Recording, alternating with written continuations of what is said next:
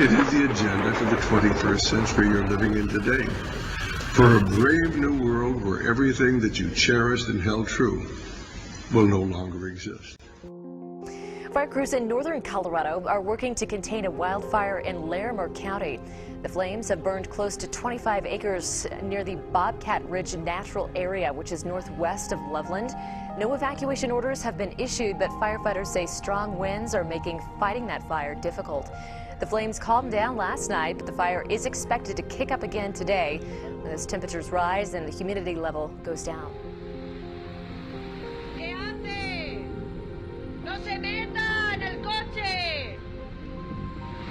Madre mía, este hombre, pero ¿qué hace?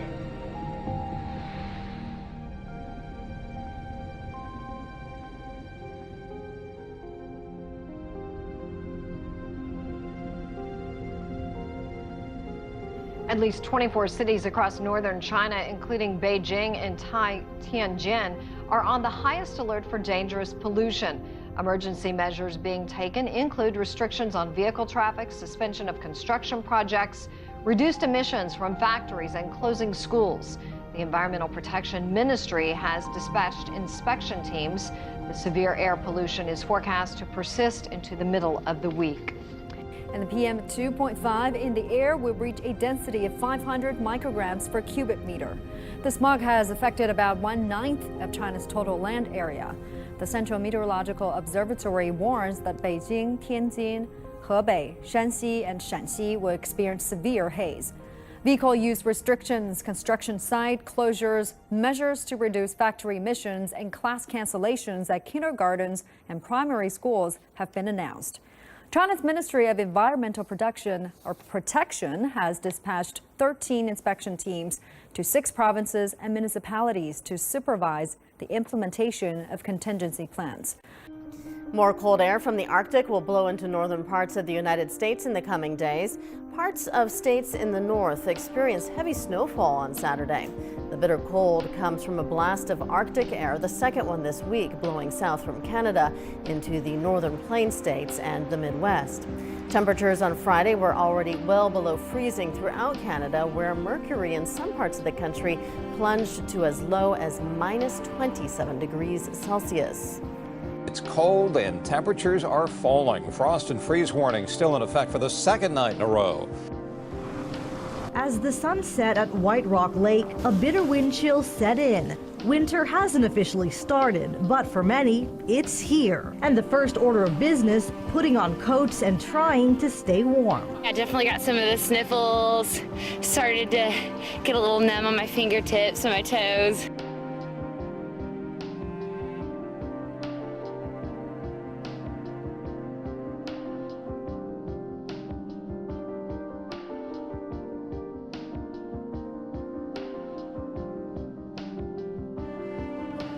Adam 5 to 17. Officer Jenna Humphreys has spent 3 years with Denver Animal Control. Getting to make sure that all the animals are treated fairly, that, we get to be a voice for them.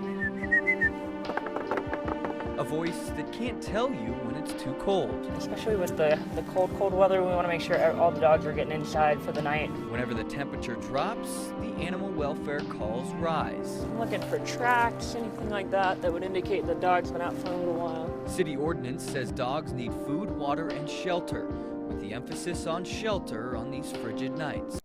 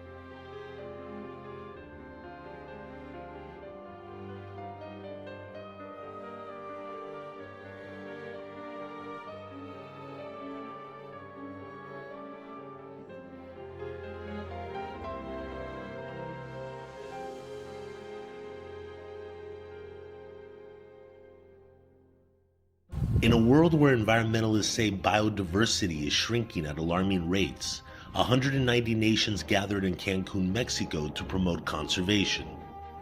Among its goals, the 13th United Nations Conference on Biodiversity is pushing the world to protect 10% of coastal and marine areas by 2020. Organizers say there is little time left to act in light of recent news that 93% of Australia's Great Barrier Reef is suffering from coral reef bleaching. Overall, we are losing the battle. Species are disappearing at a horrific rate. We have lost them. We have lost many, too many, forever. Timed to coincide with the conference, Mexico announced the establishment of 3 new marine biosphere reserves on both its Pacific and Atlantic coasts. This will more than double Mexico's marine protection commitment from 10% to 23%. An important win for environmentalists who say developing countries need to step up efforts in the event U.S. leadership falls off during the upcoming administration of Donald Trump. Japan has begun slaughtering around 2,100,000 farm birds in northern Hokkaido in an attempt to contain another outbreak of avian flu. This is the country's 5th mass call this winter. Authorities are working to prevent the spread of the highly contagious H5 strain, which has been detected at several farms across the country. But officials say progress has been slow this time due to low temperatures and falling snow. Now to a remarkable discovery in the Pacific Ocean off California. This is a chimera, also known as a ghost shark, and it's the first of its kind ever filmed in the Northern Hemisphere. The footage comes to us from the Monterey Bay Aquarium Research Institute. As you can tell from the darkness here, it lives deep underwater. The species is older than the dinosaurs, and not much is known about it. Although its closest relatives are sharks and rays, it branched off on its own over 400 million years ago. Other nicknames for the animal: the ratfish, the spookfish, and the rabbitfish. Not quite sure why, but researchers say they plan on diving back into the ocean soon to take a closer look. The Meuse River defines national borders as it meanders through Europe to the sea. For centuries, boundaries like this between Belgium and the Netherlands have been the source of bloody disputes. But what's happening here is positively peaceful. In the 1830s, when Belgium gained independence from the Netherlands, the river was artificially straightened, turning a piece of Belgian land into a peninsula that's only accessible from the Netherlands. This is what the border looks like now. Under a new plan, both countries have agreed to swap territory peacefully and realign the border. The pieces of land are the size of 15 football pitches. The only inhabitants, a herd of wild and inquisitive horses. So here we have it. Leaving the Netherlands and entering Belgium is as simple as passing this post. The area is a magnet for nature lovers, but locals say the secluded spot's also become increasingly lawless, attracting illicit activity. And then 3 years ago, locals discovered a decomposing corpse here. They immediately alerted the Dutch authorities, who told them that because this was Belgian territory, it was under Belgian jurisdiction. The only problem is the Belgian police would have to ask permission from the Dutch authorities to go through the Netherlands and back here onto Belgian land. And it's also impossible to make it across the river because there are no places to moor boats. Sounds complicated, doesn't it? Which is why last month, the foreign ministers of both countries met in Amsterdam to sign and seal the landmark land swap in the presence of the Dutch and Belgian kings. The change becomes official in January 2018. A simple solution to a centuries-old problem. Not that the locals will really notice. China says it will return a U.S. underwater drone. A defense ministry spokesperson said Beijing has been in close contact with Washington. He said it was regrettable that the U.S. unilaterally exaggerated the incident. The spokesperson also criticized frequent reconnaissance by the U.S. military in waters claimed by China. U.S. President-elect Donald Trump also commented on the incident on Twitter. He described China retrieving the drone as an unprecedented act, quote unquote. The Pentagon said the drone was deployed by a U.S. Navy survey ship collecting scientific data in the South China Sea. China says the drone was retrieved by a rescue ship, which it believed was a hazard to navigation. U.S. President-elect Donald Trump's comments that he would not necessarily be bound by the one China policy have drawn criticism from around the world. The current U.S. president is also sending a warning to his successor. The idea of one China is at the heart of their conception as a nation.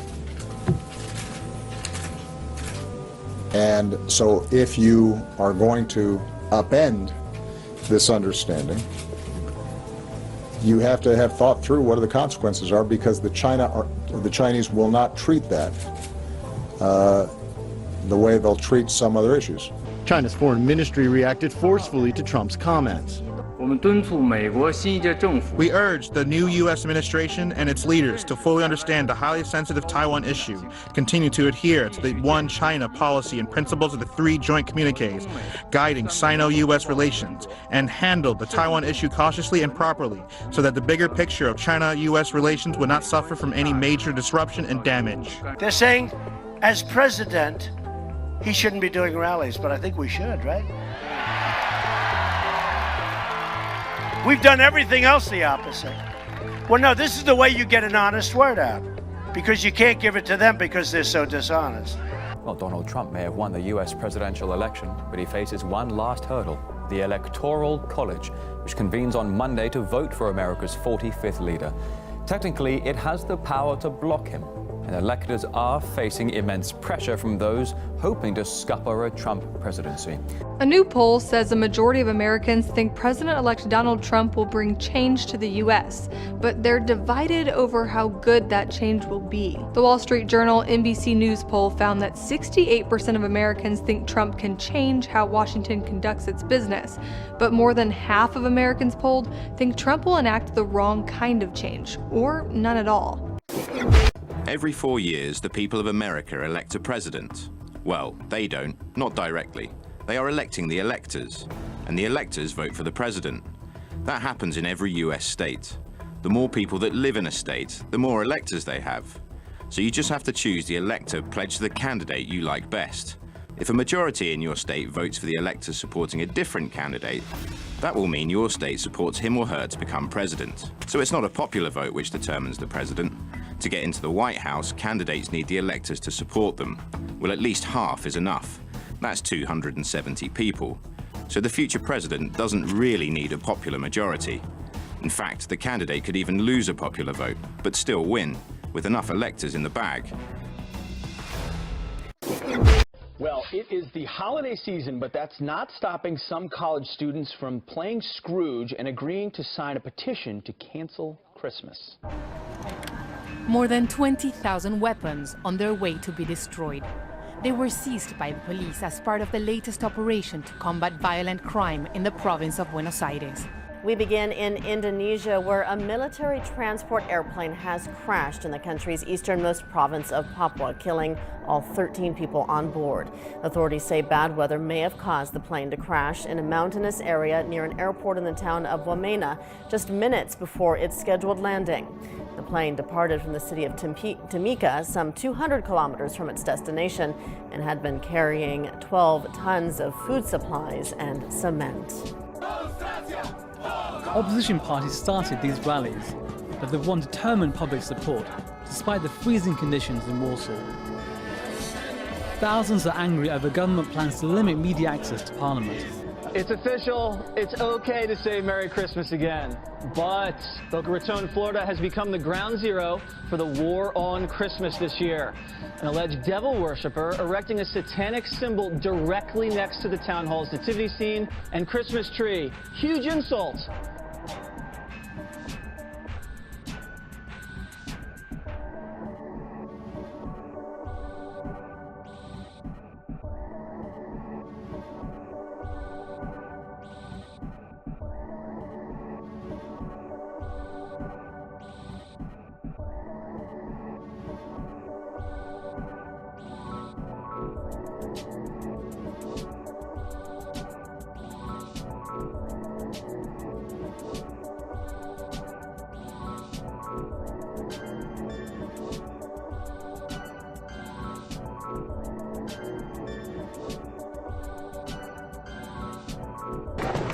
Gunfire rings out as desperate residents try to flee eastern Aleppo.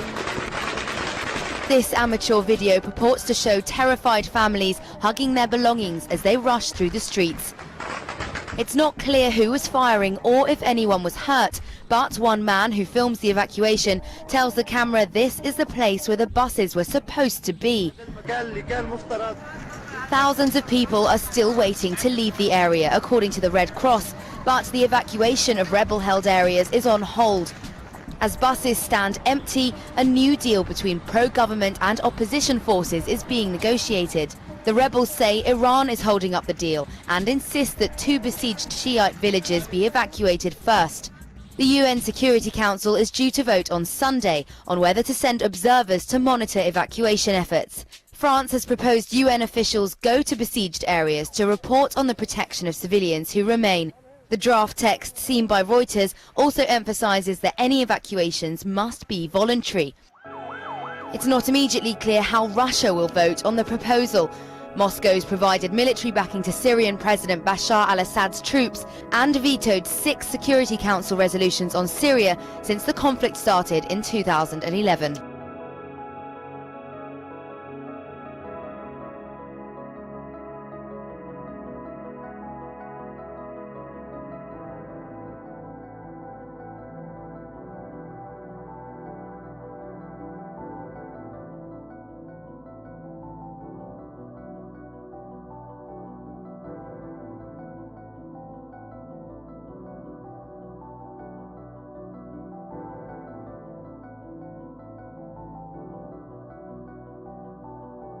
Officials in Yemen say at least 30 pro-government soldiers were killed and 40 others injured after they were targeted by a suicide bomber in the southern port city of Aden. The soldiers were reportedly queuing to collect their salaries near a military base in the Khor Maksar district when the attacker blew himself up. It comes a week after an attack by ISIL militants in the area which saw 50 troops killed. Authorities in Aden, Yemen's temporary capital, have struggled to establish control over the city against a backdrop of regular militant attacks against security forces.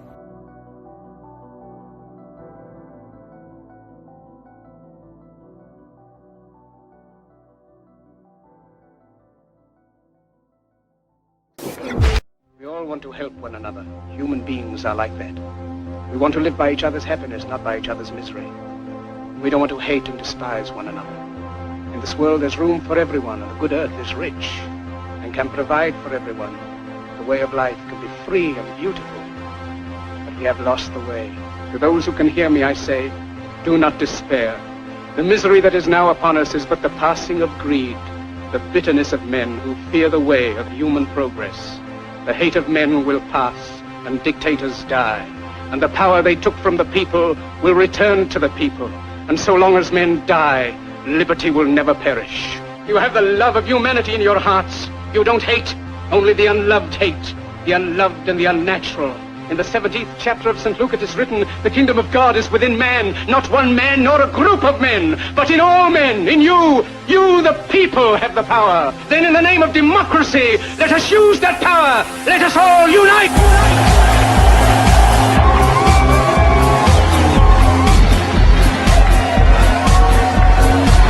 In a time of domestic crisis, men of goodwill and generosity should be able to unite regardless of party or politics.